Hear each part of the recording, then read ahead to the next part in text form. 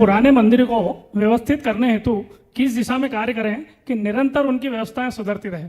देखिए, पुराने मंदिर यदि जीर्ण शीर्ण हैं तो उनको व्यवस्थित करना, उनका जीर्णोद्धार करना हमारा दायित्व है, हमारी जिम्मेदारी है, जरूर करना चाहिए। लेकिन उसे किसी विधि विशेषज्ञ के मार्गदर्शन में, शास्त्रज्ञ के दिशा निर्देश के अनुसार करना चाहिए। अपने मन से न करें, इस तरीके से करें कि उसमें किसी भी प्रकार का कोई दोष शेष न।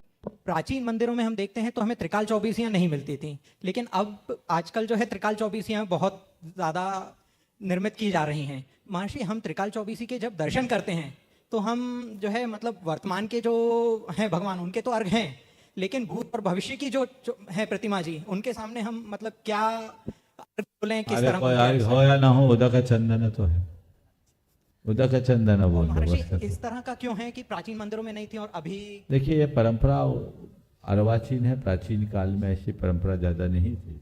1970 के आसपास आहार जी में एक प्रतिष्ठा हुई त्रिकाल चौबीसी और 20 तीर्थंकर।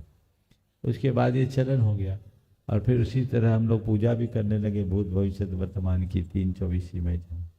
अब 3 की जगह 30 चौबीसी हो गई। तो ये चीज़ें ऐसी समय काल के अनुरूप बदलती। ऐसा कहा जाता है कि भरत चक्रवर्ती ने कैलाश पर्वत पर 72 जिनालयों की स्थापना की थी, जो त्रिकाल चौबीसी स्वरूप थी। तो इस आधार पर लोगों ने त्रिकाल चौबीसी की संरचना शुरू कर दी।